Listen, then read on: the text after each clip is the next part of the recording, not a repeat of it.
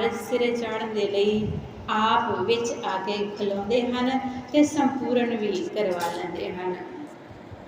सो जो गुरु साहब जी ने यह महान कारज आरंभिया ते आरंभता भी दाते ने आप करवाई ते फिर प्रकाश कराउण दी जो हो रीत सी कहते वो भी आप ही अकाल पुरख ने विच वरत के करवाई अते फिर जो हुक्म दिता पहला वो भी अपने हुक्म वाला दिता, अपने सुभाव वाला दिता कि संतां के कारण आप खलोया कि रब दे प्यारे उसे दे आसरे हुंदे हन, उसकी टेक लैके कोई काम करते हैं तो फिर उसनूं सिरे भी चाढ़ते हैं। जुगो जुग अटल चवर तखत दे मालिक शाहे शहनशाह असी इन्हें लकब लगाते हाँ, होर भी बहुत सारे लगा लेंगे। जुगो जुग अटल बाणी के मोहे धन धन साहिब श्री गुरु ग्रंथ साहिब महाराज जी। वाहो वाहो बाणी निरंकार है तिस जेवड़ अवर न कोई कि बाणी आप निरंकार दा रूप है। सिद्धा ने पूछा सी कि तेरी केड़ी मत है, केड़ा वेला है, तू कदों केड़ा समा सी? ते सतगुरां ने आख्या कि पवन आरंभ सतगुर मत वेला शब्द गुरु सुरत तुन चेला कि जो आरंभता साडी पवन तो कहते हैं सवास असी लैंदे हाँ, सतगुर मत वेला असी जे सवास लै रहे हाँ तो कहते सतगुरु की मत लैण का हुण वेला है। जो सानूं ये शरीर मिलिया है प्राणी तो आया अल्लाह लैण, हुण सतगुरु की मत लैण का वेला है। तो सतगुरु की मत लैके फिर असी गुरु कौन बनाना है? जो पूछया उन्होंने कि तेरा कवन गुरु जिसका तू चेला, तो गुरु साहब जी कहते शब्द गुरु सुरत तुन चेला कि मेरा गुरु शब्द है तो मेरी सुरत उसका चेला है। तो गुरु अर्जन देव महाराज जी ने जो 1603 दे विच आरंभता की लिखण की ते भाई गुरदास जी नूं लिखारी बनाया। भाई गुरदास जी नूं आख्या कि जगह की चोण की जावे कि जिथे बैठ के यह महान कारज आरंभ किया जावे कि पावन जो पोथियां के रूप दे विच बाणी गुरु साहिबान की पहला मौजूद सी, उस बाणी नूं एक ग्रंथ का रूप दिता जावे ताकि विच जो मिलावट हो रही सी कुछ समय के शरारती अंसर हर एक समय दे विच हुंदे हन। राम जी दे नाल रावण, कंस कृष्ण जी दे नाल, इसे तरह समय के अनुसार उस वेले भी बाणी दे विच जदों मिलावट की जान लगी तो गुरु साहब जी ने यह कारज आरंभण की सोची अते भाई गुरदास जी नूं आख्या हुण जदों जगह की चोण के लिए आख्या तो जगह की चोण करने के लिए भाई गुरदास जी ने सारे पासे घूम के देखा कि कित्थे बैठ के एकांत दे विच शांत वातावरण होवे, बहुत सोहना माहौल होवे जिथे बैठ के कोई डिस्टरबेंस भी ना होवे, हरेक तरीके दे नाल उस अकाल पुरख दे नाल जुड़ के यह काम किया जाए, कोई आके तंग ना परेशान ना करे। तो हुण भाई गुरदास जी ने राम सर सरोवर के कंढे बेरियां दे रुख सन बहुत सारे, तो विचकार खुली जगह सी, हरी भरी बहुत सुंदर जगह सी, रमणीक जगह सी।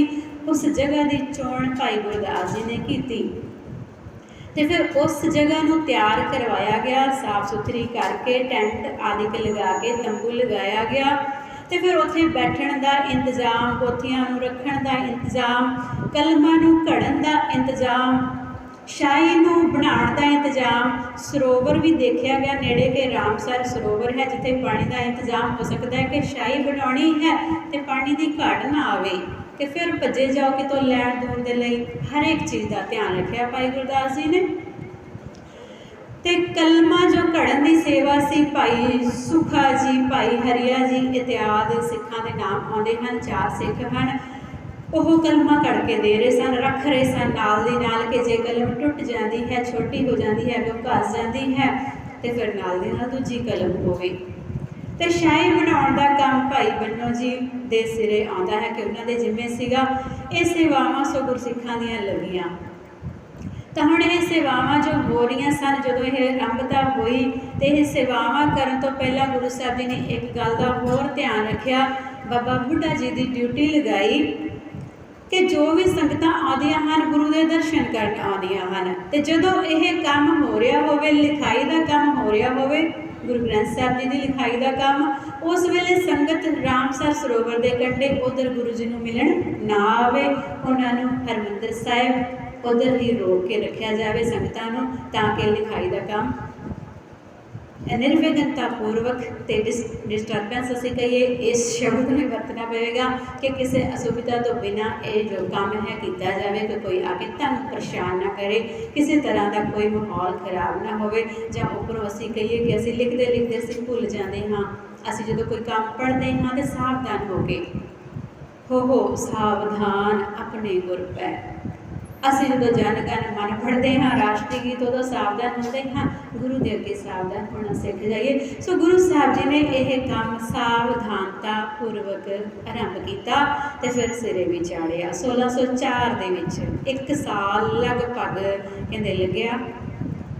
तो हुण जदों बाबा बुढ़ा जी की ड्यूटी सी, उन्होंने अपनी सेवा निभाई, भाई गुरदास जी ने अपनी सेवा निभाई, बाकी गुरसिखां ने भी अपनी अपनी सेवा निभाई। तो हुण संपूर्णता हुई तो गुरु साहब जी ने अस्थान की चोण करनी सी, तो हुण अस्थान की चोण करनी सी कि प्रकाश कित्थे किया जाए। मन दे विच सोच विचार की तो फिर हरमंदिर साहिब अस्थान चुनिया गया कि उत्थे पहला प्रकाश किया जाए। तो फिर होर चोण करनी सी, जो लिखारी की चोण पहला की सी ते भाई गुरदास जी नूं दित्ती सी इस ड्यूटी, तो हुण दूसरी चोण करनी सी कि ग्रंथी दी इसका पाठ कौन करे। पहला ग्रंथी कौन होवे, कौन अजिहा सिख होवे जो योग होवे। गुरु साहब जी ने निगाह दौड़ाई, सोचिया कि किहड़ा गुरसिख हो सकता है, तो गुरु साहब जी ने बड़े ही पावन सुंदर वचन हैं जो गुरु साहब जी ने उस वेले सोचे। कहते हैं यह सेवक की वस्त सदीवा, निरहंकार जिन्हों मन नीवा, अस सेवा में बुढ़ा परवीन, श्री नानक को दर्शन कीन। कि हुण यह गुरु साहब जी ने सोचा कि यह जो वस्त है कहते यह एक महंगी वस्तु है, कहते अजिहा सेवक चुनिया जाए जो निरहंकार होवे, जिहड़ा सदा मन नीवा करके रहिंदा होवे।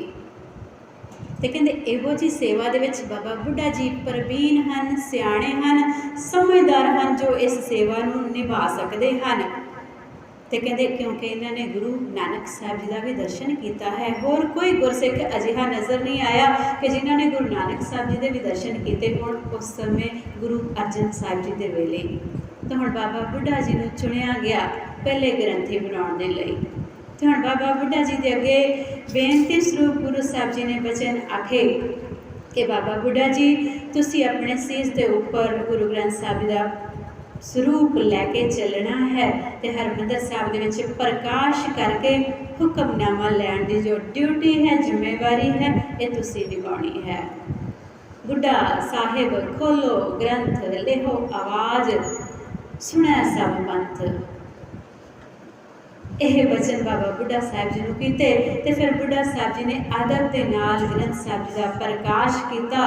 लिह आवाज़ बुढ़ा तब बोला, अदब सैद ग्रंथ इनू खोला। कहते अदब के नाल सत्कार के नाल जदों वचन किते, प्रकाश किया, तो केड़ा वचन बोलिया, सोही महला पंजवां, संतां के कारज आप खलोया, हर काम करावण आया राम, जिस हुक्म की व्याख्या आप अज श्रवण कर रहे हो। संखेप रूप के असीं करन दा यतन करांगे क्योंकि समय दे विच रहना है। तरत सुहावी ताल सुहावा, विच अमृत जल छाया राम। कहते वह धरत भी सुहावी है, वह हरमंदिर साहिब का अस्थान कहते सुहावा है, तो वह अस्थान कहते जो सरोवर है विच कहते वह भी सोहना है। इत्थे अर्थ वैसे शब्द के अनुसार हैं कि वह मनुख जिहड़ा इस कारज नूं आरंभदा है रब दे नाम जपण वाला, कहते उहदे हिरदे की धरती कहते सुहावी सोहनी बन जाती है, तो अमृतमई नाम के नाल नका नक उहदा हिरदे का सरोवर भर जाता है, तलाब भर जाता है। अंदरे फिर अंतरगत तीरथ मल नहाओ वाली उहदी अवस्था ये बन जाती है। पर उस समय सेवा के अनुसार इस शब्द के असी अर्थ इस तरह करांगे कि वह जो तलाब असी जिस दे विच इशनान अमृतसर के दर्शन इशनान मंगते हाँ, दर्शन भी मंगते हाँ तो इशनान भी, क्योंकि उस समय इशनान का होर सोमे नहीं सन होंदे ते संगतां जाके उत्थे इशनान करदियां सन। प्रभ हरमंदर सोहना, प्रभु का हरमंदर जो है वो सोहना है। हर वसै जिस नाल, कहते जिथे हरि प्रभु आप वसदा है। अमृत जल छाया पूर्ण साज कराया, कहते ओह अमृत जल कहते परमात्मा जी ने आप ही कहते यह छाया की है। पूर्ण कहते साज जो बनतर है वह बना दी है। तो कहते फिर की होता है सगल मनोरथ पूरे, सारे मनोरथ पूरे हो जाते हैं। जो उसनू जपदा है, जो सिमरदा है, जो उसका आसरा लैंदा है, उसके कार्य दे विच दाता आप आके खड़दा है। तो फिर की होंदा है जय जयकार भया जग अंतर लाथे सगल विसूरे, कहते सारे विसूरे चिंता झोरे मुक जाते हैं। जय जयकार संसार दे विच हो जाती है जिहड़ा बाणी नूं हिरदे दे विच वसा लैंदा है। पूर्ण पुरख अचुत अविनाशी जस वेद पुराणी गाया, कहते उसका जस गाना है जिसका जस वेदां ने पुराणा ने भी गाया है। कहते वह पूर्ण है, सर्वव्यापक है, अचुत कहते वह नाश तो रहत है। अपना बिरद रखिया परमेश्वर नानक नाम ध्याया, कहते अपने सुभाअ की जो मुठ कदीमा का वह सुभाअ है, कहते वो सुभाअ नूं याद रखता है तो अपने सेवकों के कारज रास करने के लिए पहुँच जाता है।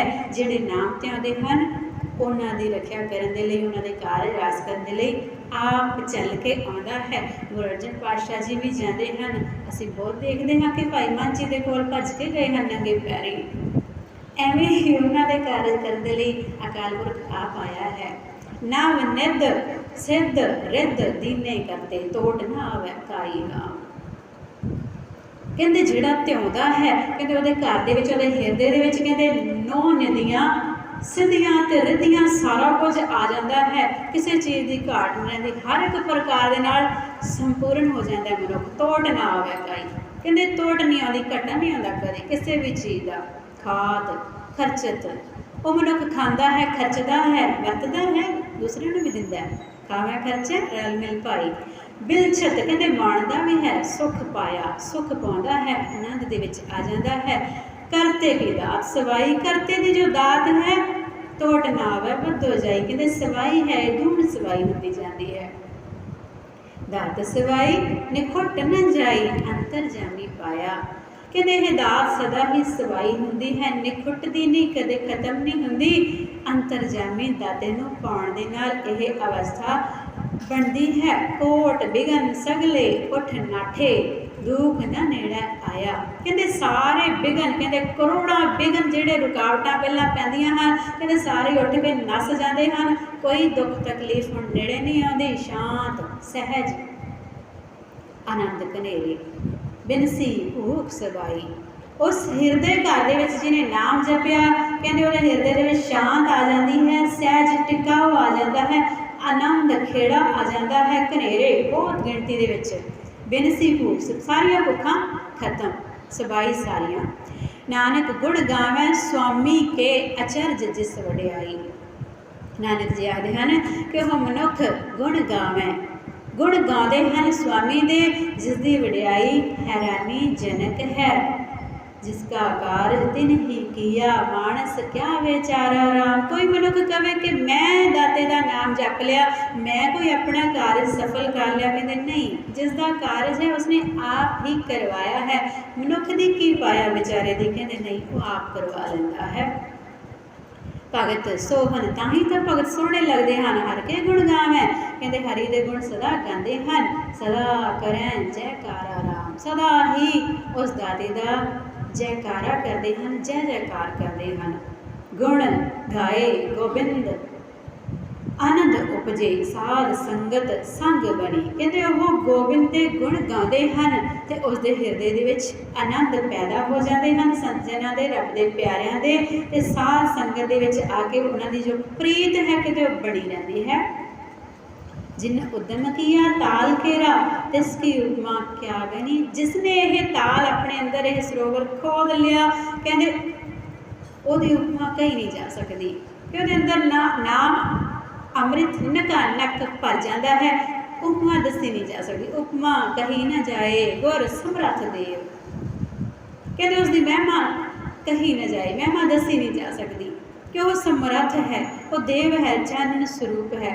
68 तीरथ पुण्य किरिया महा निर्मल चारा, कहते उस हिरदे दे विच उस स्थान के उत्ते हरमंदिर साहिब की असीं गल करिए कि 68 तीरथ, 68 तीर्थों का उत्थे इशनान है।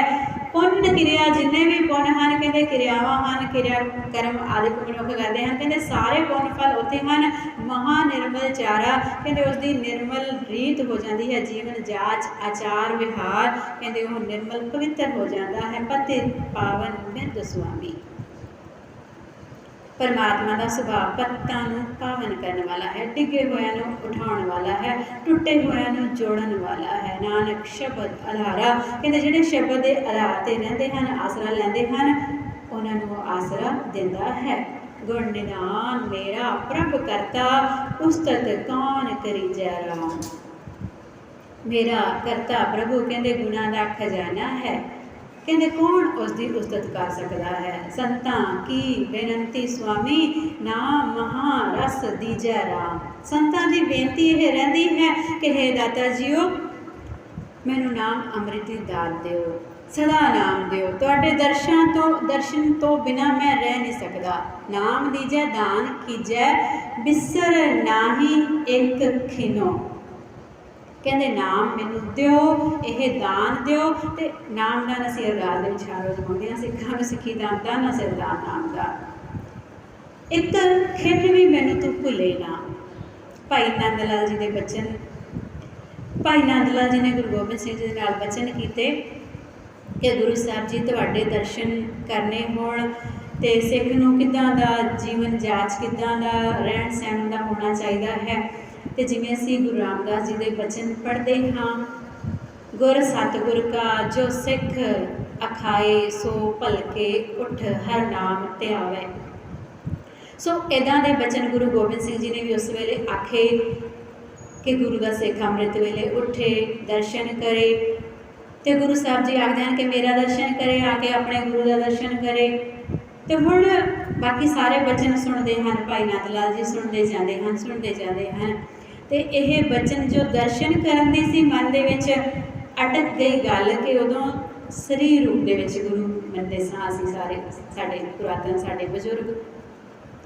तो हुण भाई नंद लाल जी ने फिर बाद दे विच जदों गुरु साहब जी की गल पूरी हुई तो सवाल किया कि गुरु साहब जी बाकी गल्लां तां ठीक हैं, तुसीं कहा कि तुहाडे दर्शन गुरसिख रोज़ करे सवेरे उठ के प्रभात समय करके इशनान है, प्रभात समय करके इशनान 3 प्रदक्षिणा करे सुजान।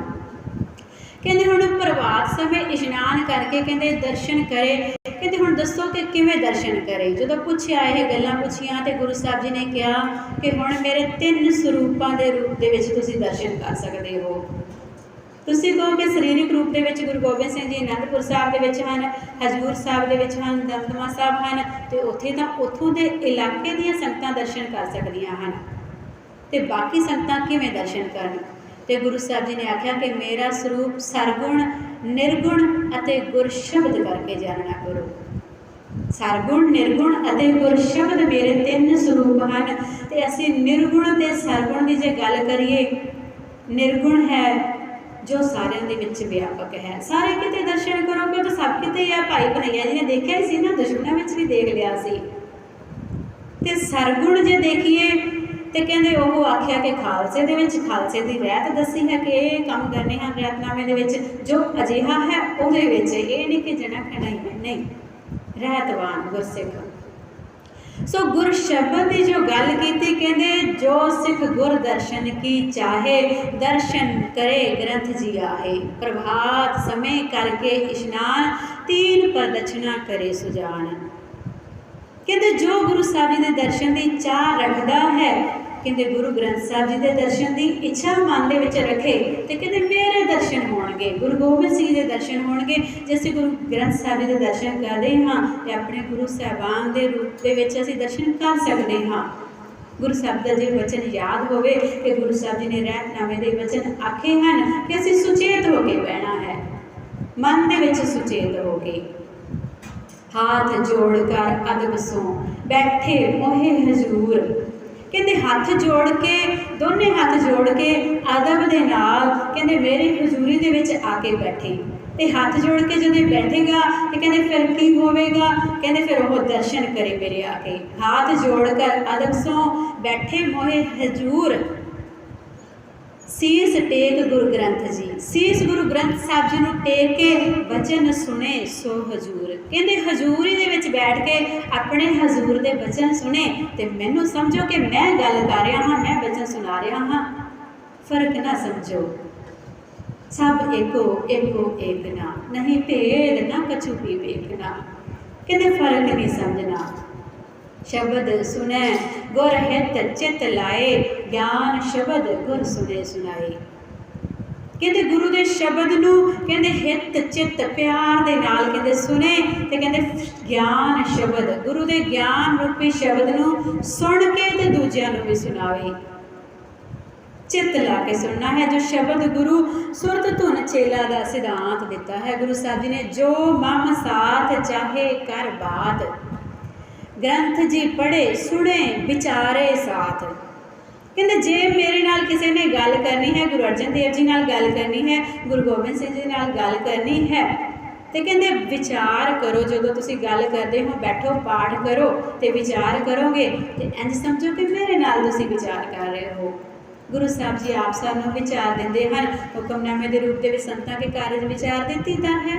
गुरु नानक साहब का रूप होके आए हैं, विचार दिती तां है, आशीर्वाद आसीस दिती तां है। पुता माता की आसीस ने मख ना बिसरो तुमको, हर हर आसीस दिंदे हैं, सानू हर वेले दिंदे हैं कि तेनू कदे भी ना भुले।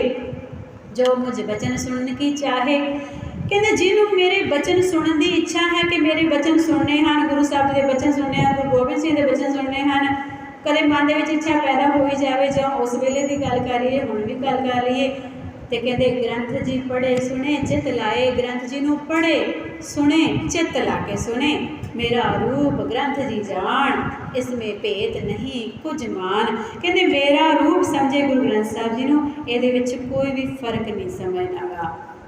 कहते जिस प्रीत लागी गुण गोपाल उच्च रसना सदा गाइए, आंदिनो जिस प्रीत लागी नाम से ती मन तन अमृत पीजै। कहते वह सदा ही गुण गाते हैं उचारते हैं, ਉਹਦੇ रूप के फर्क नहीं समझते। सदा जिथे भी बैठते हैं, जिथे हर आराध्य है तिथे हर मित सहाई, जिथे गुरु ग्रंथ साहब ना हाज़र हो उत्थे भी आराध के चित्त करके सुचेत होके हर मित सदा ही सहाय होंदा है। जिस प्रीत लागी नाम से ती मन तन अमृत भीजै, वह मन ते तन अमृतमई नाम के नाल भिज जाता है। बिनवंत नानक इच पुनी पेख दर्शन जीजै। कहते वही इच्छा पूरी हो जाती है, वह दर्शन देखता है। दर्शन देख जीवा गुर तेरा पेख दर्शन जीजै। कहते दर्शन देख के ही जिउंदा है, दर्शनों तो बिना वो जिउंदा नहीं रह सकता। दर्शन देख जीवा गुर तेरा पूर्ण कर्म होवे प्रभ मेरा। हे दाता जीओ पूर्ण कर्म करो कि असीं तुहाडे दर्शनों तो बिना रह ना सकीए, तो तुसीं अपने प्यारे बना के साडे काम दे विच हर वेले सहाय होया करो, मददगार होया करो। ये अरदास करया करिए। जो पंज प्यारे गुरु प्यारी साध संगत जी जो आख्या जाता है, असीं प्यारे बन जाइए, दाते दे प्यारे बन के रहिए, सदा उसकी गोद का निग माणते रहिए। सो विचारा करदिआं एक नहीं बेअंत प्रकार दीआं भुल्लां हो जांदियां हन। गुरु साहिब अते गुरु साहब जी की संगत बख्शण योग है। अखीर दे विच पाओ जी गुरफतेह दी सांझ। वाहिगुरू जी का खालसा, वाहिगुरू जी की फतेह।